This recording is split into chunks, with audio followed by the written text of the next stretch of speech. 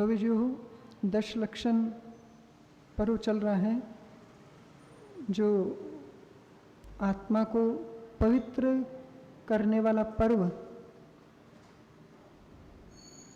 चल रहा है। इन पर्वों में हम अपने अंदर के दोष निकालकर जो आत्मा के धर्म है उन धर्मों को प्राप्त करने का ये पर्व है।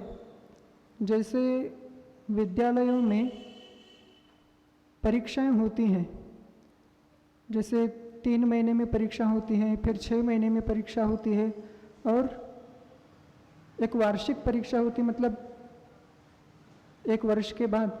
वैसे ये पर्युषण पर्व भी या दशलक्षण पर्व 3 बार आते हैं, जो हमें इस वर्ष में 3 बार आकर हमें अपने धर्मों की याद दिलाते हैं। वो धर्म जिन धर्मों पर इन दोषों का आवरण पड़ा हुआ है, कषायों का और 5 पापों का, और इन कषायों की वजह से और इन पापों की वजह से अपना आत्मा अनादिकाल से अपवित्र होता आ रहा है। अब इन पर्युषण पर्व में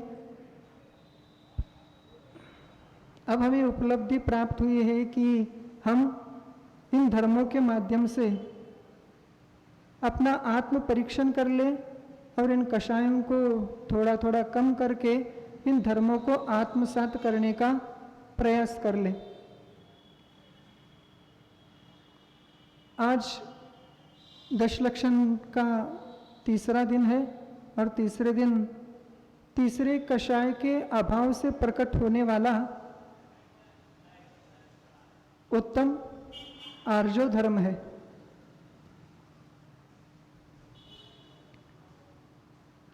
आर्जो मतलब रुजुता, रुजुता अर्थात सरलता। जीवन में अपने आचरण में सरलता होनी चाहिए। सुबह एक व्यक्ति, एक भैया बोल रहे थे कि जीवन में या इस दुनिया में अब के ज़माने में सरलता से जीवन जीना बहुत कठिन है। सरलता से जीवन जीना कठिन है तो फिर क्या करना पड़ेगा? हमें कुटिल होना पड़ेगा। नीचे से एक भैया हमें इशारा करके बता रहे हैं कि आज के ज़माने में उंगली टेढ़ी करके जीना पड़ता है। शायद उनका कहना यही होगा कि जब सीधी उंगली से घी नहीं निकलती तो टेढ़ी करनी पड़ती है। लेकिन अपना धर्म कहता है कि जीवन अपना ऐसा आदर्श होना चाहिए कि जितनी घी सीधी उंगली से निकले उतनी ही खाओ।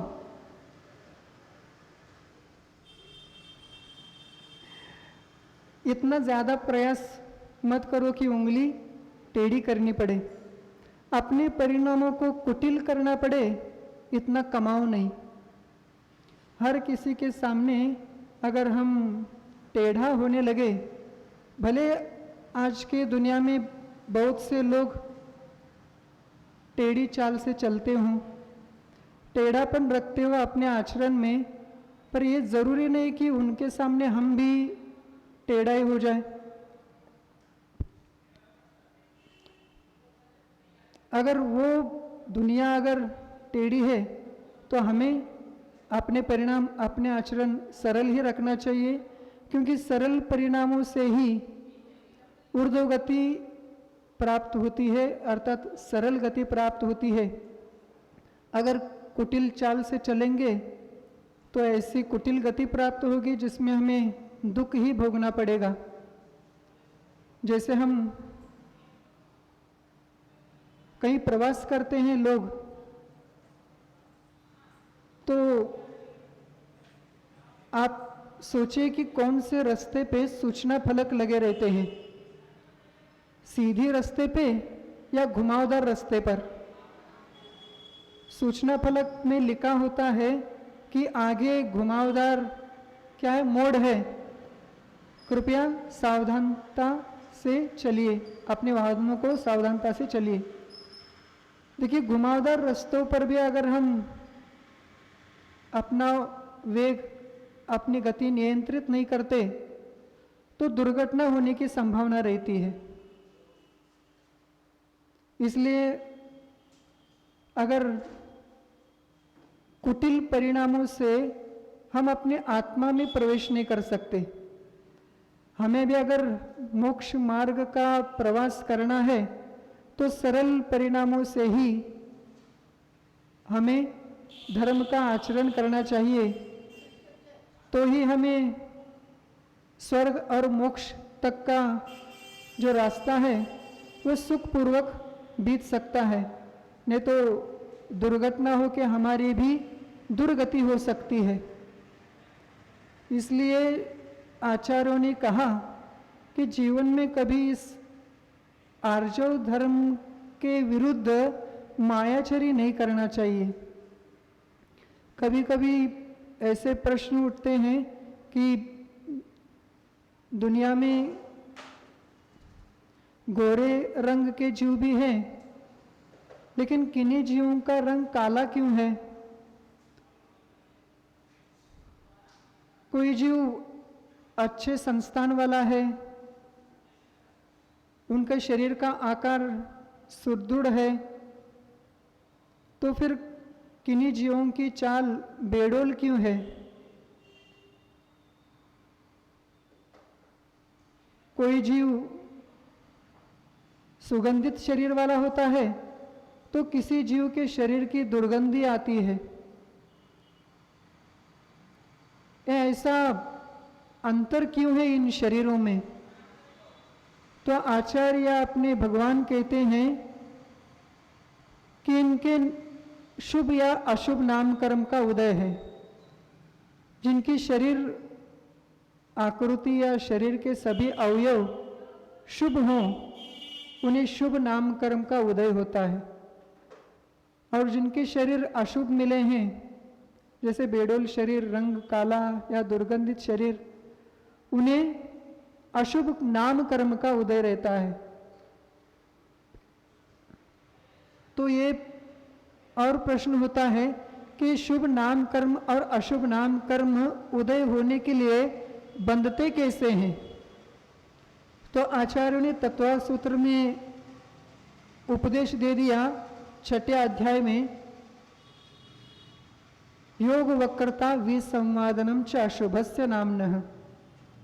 अशुभ नाम के प्रकृति के आश्रय कह दिए कि योगों की वक्रता और विसंवाद ये अशुभ नाम प्रकृति के आश्रय के कारण है। योग अर्थात मन वचन काय की कुटिलता या मन वचन काय की जो क्रिया है उसे योग कहते हैं, और इन क्रियाओं में अगर कुटिलता होगी तो उसे योग वक्रता कहते हैं।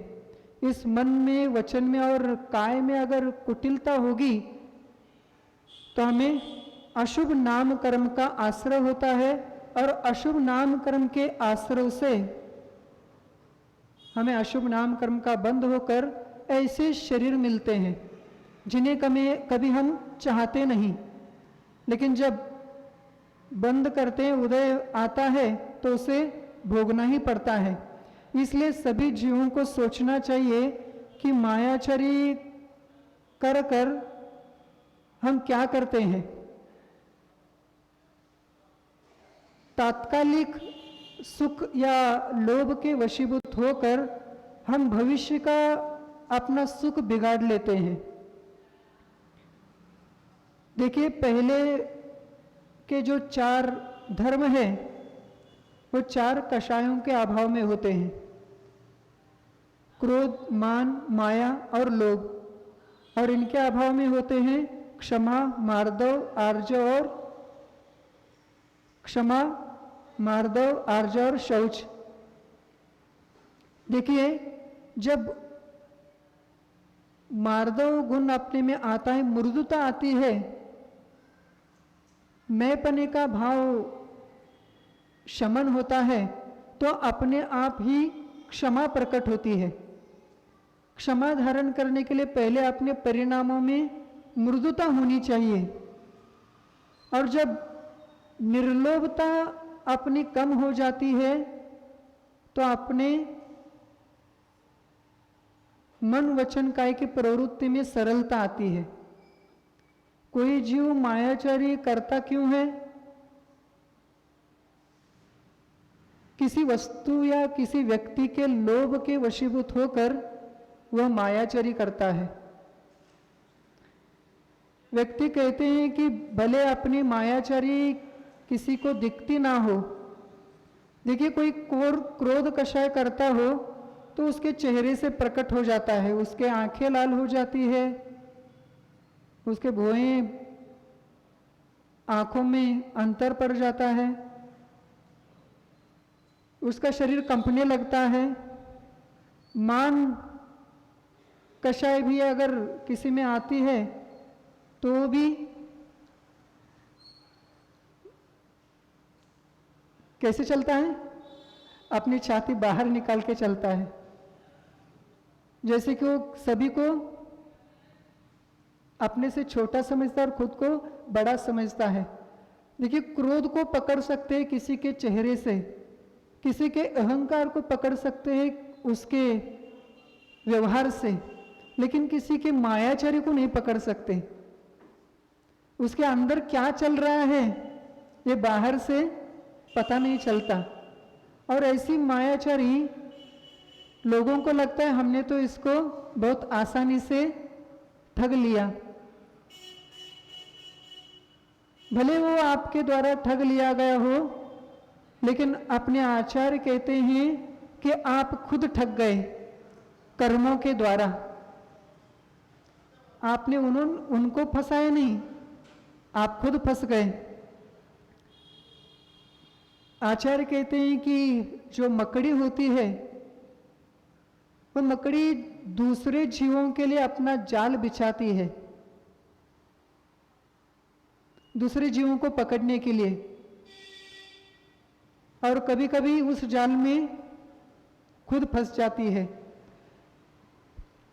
तो अपने आचार्य कहते हैं कि ऐसा मायाचारी का जाल कभी फैला ही नहीं है कि जिस जाल में, जिस कर्मों की जाल में खुद फंस जाए।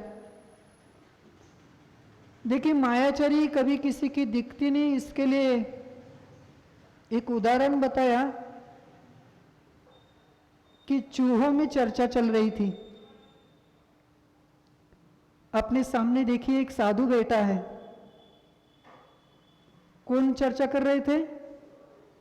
चूहे। उनके सामने कौन बैठा था? साधु। दूसरा एक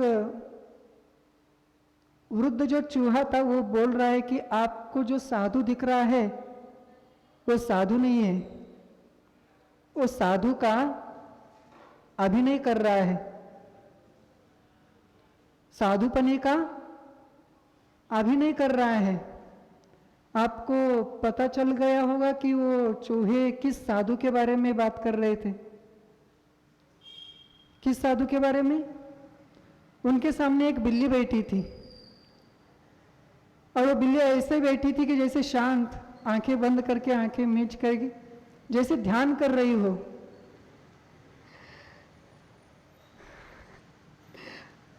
नीचे से भैया अभिनय करके बता रहे हैं।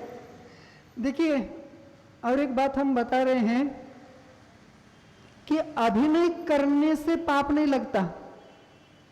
अभिनय करने से पाप नहीं लगता, लेकिन पाप के लिए अभिनय नहीं करना चाहिए।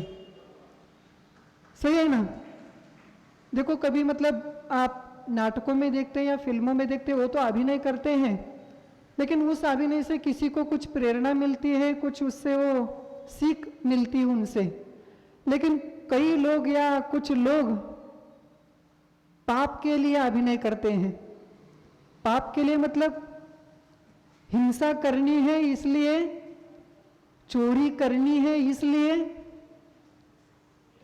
कुशील पाप करना है इसलिए अपने मन वचन काय की प्रवृत्ति को बिगाड़ देते हैं।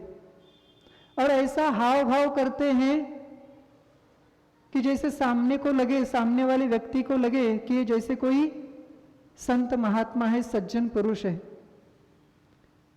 देखिए, जीवन में एक जैन धर्म हमें एक सामान्य मनुष्य से भगवत्ता अर्थात भगवान प्राप्त करने की सीढ़ियां प्रदान करता है। तो इस जीवन में भगवान ना बन सके, इस काल में, इस पर्याय में भगवान ना बन सके, तो जैन धर्म कहता है कि कम से कम अच्छे मनुष्य तो बनो, कि आप अच्छे इंसान बनो कि जो दूसरों के लिए आदर्श हो। देखिए, उन चूहों में से एक चूहा कहता है कि मुझे नहीं विश्वास होता कि ये बिल्ली अभिनय कर रही है। उसको विश्वास नहीं होता और वो कहती है कि मैं उसके सामने जाके दिखाती हूं। देखिए, जब जीव दूसरों के अभिनय में फंस जाते हैं तो उनका घात होता है, उनका घात होता है। लेकिन साथ में आप सोचिए, उस जीव के घात के साथ साथ जो अभिनय कर रहा था उसका भी घात होता है। जैसे उसने अपने परिणाम बिगाड़ लिए किसी को मारने के लिए, और मार भी दिया। पहले तो साधु बन के बैठा था तो अंदर में भाव हिंसा चल रही थी, अंदर में ऐसी कषाय चल रही थी कि मैं इसे मारूंगा, और इसलिए वो शांति से बैठा था। बीच बीच में अपनी आंखें भी खोल के देख रहा था कि क्या हलचल हो रही है।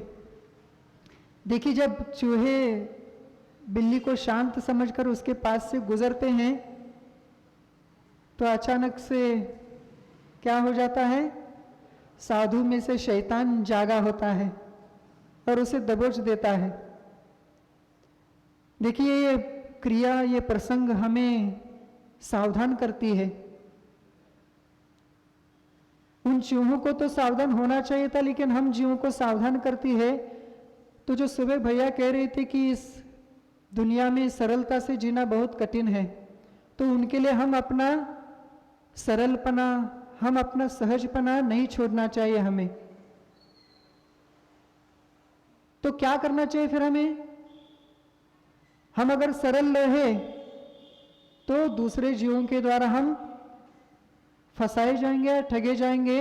लेकिन आचार्यों ने कह दिया कि सिर्फ आपको सावधान रहना है, आपको कुटिलता अपनाना नहीं चाहिए, आपको सिर्फ सावधान रहना है कि जिस सावधानता से आप ठगे ना जा सके। इसलिए हमेशा प्रयास करना चाहिए कि अपने परिणामों में सरलता बनी रहे। मन में जो हो वही वचनों में आना चाहिए, और वचनों में जो हो वही क्रिया में आना चाहिए। मन में एक हो, वचनों में अगर कुटिलता हो, दूसरा हो, तो इससे पाप का आश्रय होता है, कर्म का बंध होता है, और उस कर्म के बंध में हमें उसके फल भोगने पड़ते हैं। और आचार्य कहते हैं कि जो हम पाप करते हैं, जो हम मायाचारी करते हैं, वो दूसरों को भले ना दिखे, लेकिन कर्मों की दृष्टि से वो मायाचारी कभी छिपती नहीं, और कर्म उसे बांध ही देते हैं अपनी प्रकृति से, और उस प्रकृति का फल उस जीव को भोगना पड़ता है। देखिए, सामान्य इस 10 लक्षण पर्व के निमित्त से सिर्फ हमने प्रवचन सुन लिए और हमारा अच्छा से मनोरंजन हो गया, अच्छे से दिन निकल गए। ऐसे करके हमने बहुत से 10 लक्षण धर्म निकाल लिए। लेकिन हमें लगता है कि हर साल का 10 लक्षण पर्व हमारे जीवन में एक नया परिवर्तन लाना चाहिए। ऐसी हमारी एक एक क्रिया सुधरनी चाहिए कि जो हम पहले से करते आए थे, उन क्रियाओं के माध्यम से हमें अपना आत्म परीक्षण करके लेना चाहिए कि ये क्रिया मेरी मायाचारी की थी, अब इसे मुझे सुधारना चाहिए। अब जैसे दैनंदिन क्रियाओं में भी बहुत सी मायाचारी होती है। जैसे हम बचपन में देखते थे कि घरों घरों में भी ऐसी मायाचारी होती थी। एक घर का उदाहरण देते हैं, एक व्यापार का उदाहरण देते हैं, और आगे चल के एक चौके का भी उदाहरण देंगे। घर का उदाहरण ऐसे कि जब किसी के घर में आटा समाप्त हो जाए और उनका आटा अभी मतलब धान्य पीस कर नहीं आया हो, तो किसी पड़ोस के घर आटा मांगने के लिए जाते हैं। और जब मांगने के लिए जाते हैं तो उनके हाथ भी आटे से मतलब वो भी रोटियां बना रही थी, तो स्त्री कहती है कि आप ही लीजिए। तो जब आटा उनके डिब्बे से लिया जाता है तो उनकी नज़रें छुपाकर उस आटे को दबा कर लिया जाता है। जिस डिब्बे से लिया जा रहा था आटा डाल दिया, और आटा जब भर गया तब हाथ से उसे क्या कर दिया गया, दबाया गया। फिर से आटा डाल दिया जैसे आटा ऊपर दिखे और उनको दिखा दे कि हम आटा लेके जा रहे हैं। और जब उनका धान्य पिस कर आया और आटा देने की बारी आती है तो क्या करते हैं, बिना दबाए हुए ऐसे ऐसे ऐसे हाथ करके उस आटे को बिल्कुल जैसे ऐसे भाव रहते हैं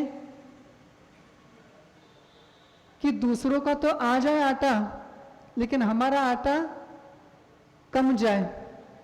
देखिए, लोभ के कारण हम क्या कर रहे हैं, खुद को फंसा रहे हैं। और अब सबको पता है गुना में व्यापारी बहुत हैं। व्यापारियों को मायाचारी करने के लिए प्रशिक्षण देने की आवश्यकता नहीं होती। क्या करते हैं, काली मिर्च में पपीते के बीज मिला दिए, अभी ना मिलाते पहले ही मिला के आता है। देखिए, पहले हम जब कपड़े धोने का निरमा लेके आते थे तो छुट्टा भी मिलता था तब निरमा। तब बहुत से दुकानदार उस निरमा में बेसन का पाउडर भी मिला देते थे।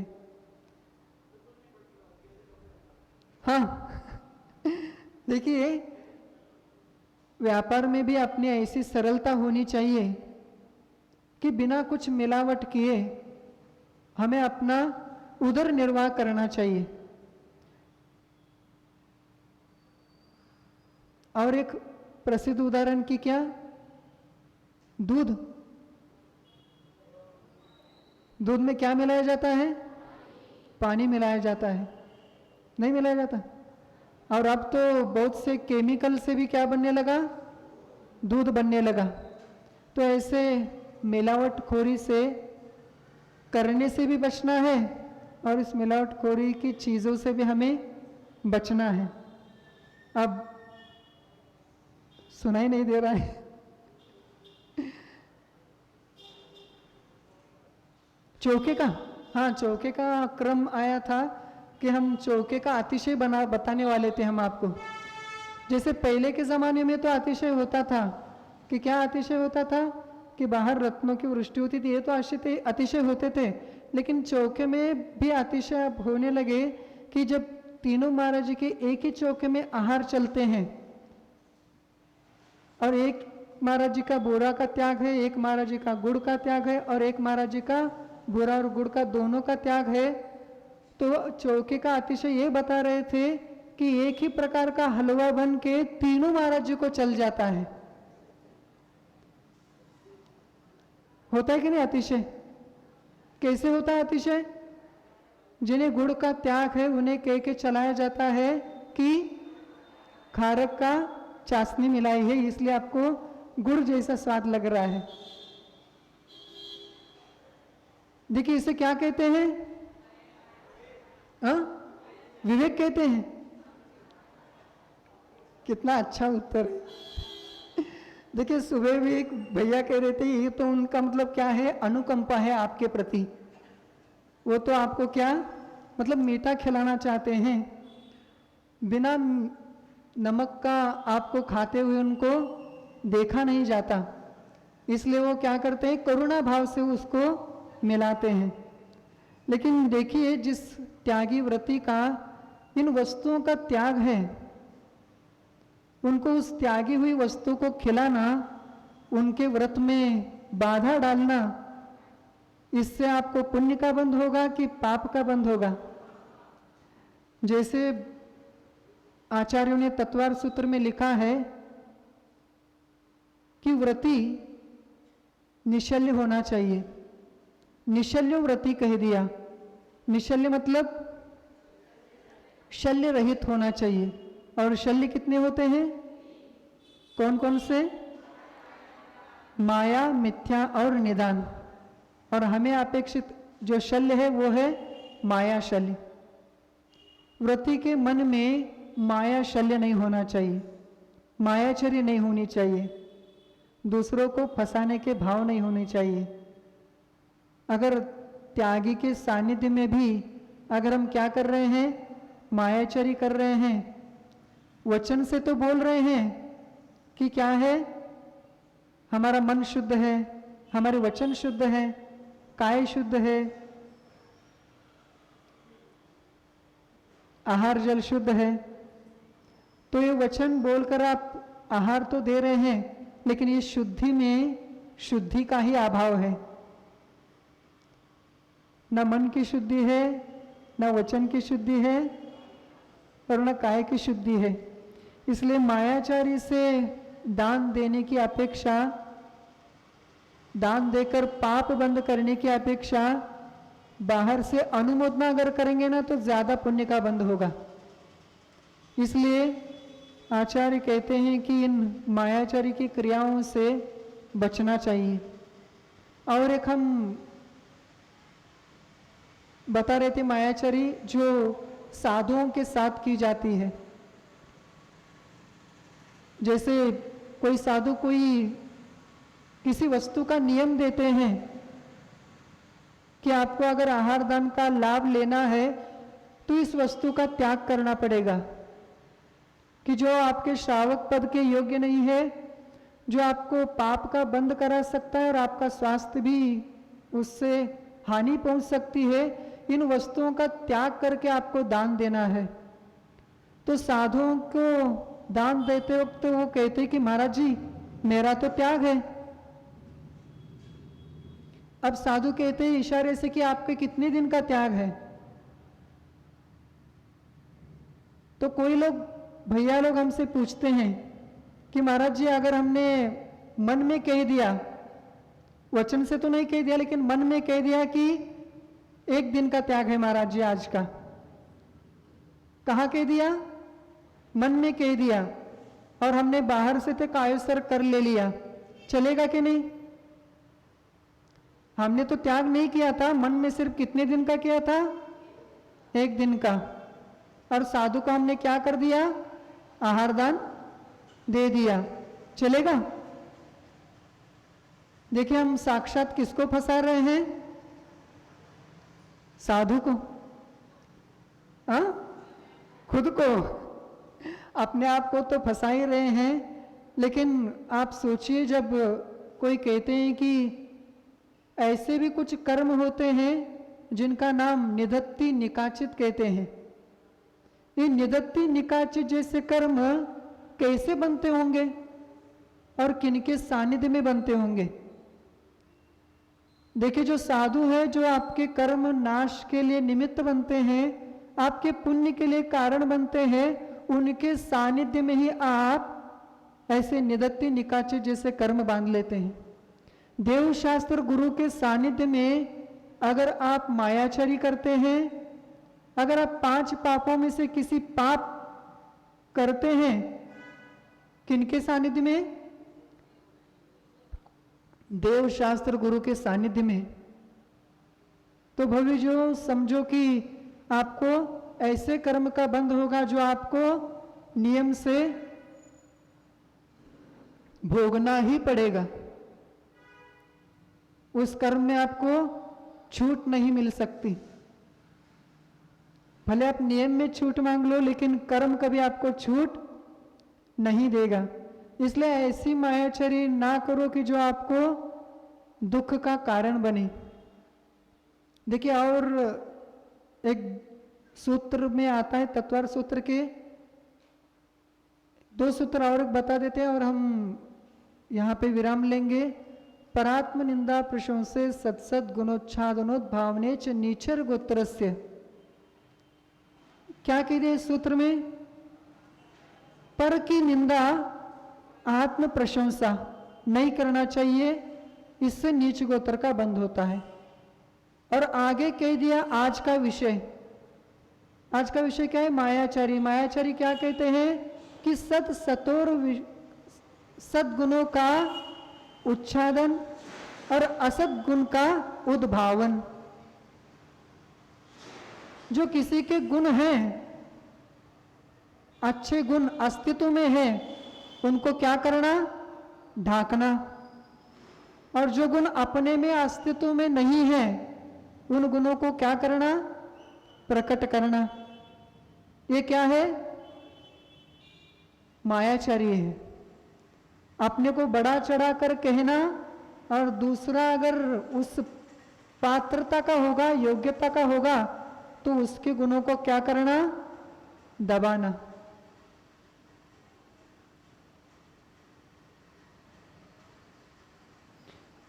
और एक सूत्र आता है, कौन सा सूत्र? तत्प्रदोष निहन्नो मात्सर्यांतराया साधनोपघाता ज्ञान दर्शनावरणयोः। देखिए कितने कर्मों का इस मायाचारी से बंध होता है।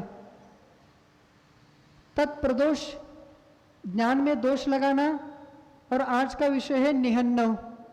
निहन्नो मतलब क्या? छुपाना। क्या छुपाना? कि जिनसे ज्ञान मिला है, ज्ञान के साधन मिले हैं, उनको क्या करना? छुपाना, निहन्नो।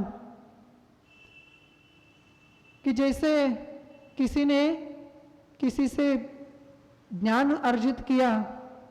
एक उदाहरण आता है कि साक्षात महावीर भगवान के समोशरण के बाहर का, कि उन्होंने समोशरण में दीक्षा ले ली, समोशरण के बाहर आकर तपस्या शुरू कर दी।